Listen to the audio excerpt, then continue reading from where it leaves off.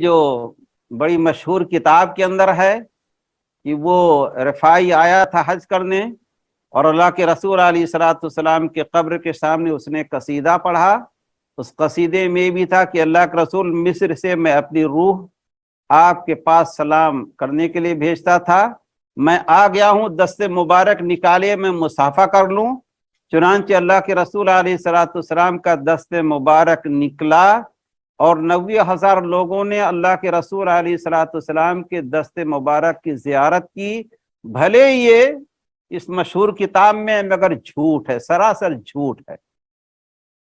حضرت عائشہ رضی اللہ تعالیٰ عنہ اللہ کے رسول کے کمرے ہی میں تھی، کبھی اللہ کے رسول علیہ الصلوۃ والسلام نے کچھ نہیں کہا حضرت عائشہ سے، نہ ابو صدیق نہ عمر فاروق۔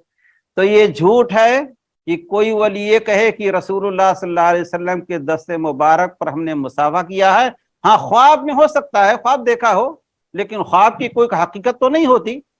خواب تو کوئی بھی کسی سے دیکھ سکتا ہے، تو خواب تو دیکھ سکتا ہے انسان، لیکن یہ کہ اللہ کے رسول علیہ الصلوۃ والسلام کے دست مبارک پر اس نے جا کے بیعت کی ہے انتقال فرمانے کے بعد، یہ سراسر جھوٹ ہے، اور ایسا آدمی جھوٹا آدمی ہے، ولی نہیں ہو سکتا۔